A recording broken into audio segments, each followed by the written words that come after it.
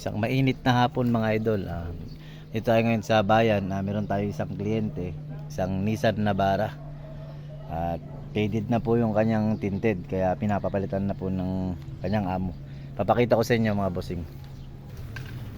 At mapapansin mo talagang tagos-tagos na rin yung ano, masyado na siyang fade. Mainit na po, matagal magpalamig ng aircon. So ayun lang guys, abangan nyo po yung finished product nitong bago kong project. So yun mga idol, tapos na natin yung sidings at bukas na natin itutuloy itong windshield at meron pa tayong mga naghihintay na trabaho. So ito na yung sidings nya. Ayan o, wala ka na makikita halos na tao sa loob. Maganda, bihis na bihis. Ito naman yung kanyang loob.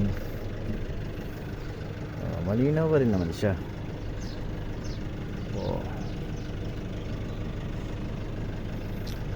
Ito ay tinted ng may-ari. Bumili siya ng tinted niya at naglibor lang po ako. Ang number po nito, kung di ako nagkakamali, ito po yung pinaka dark. Ito po yung super black 05. Meron din po ako niyan. Meron din po ako sariling tinted. Ayos.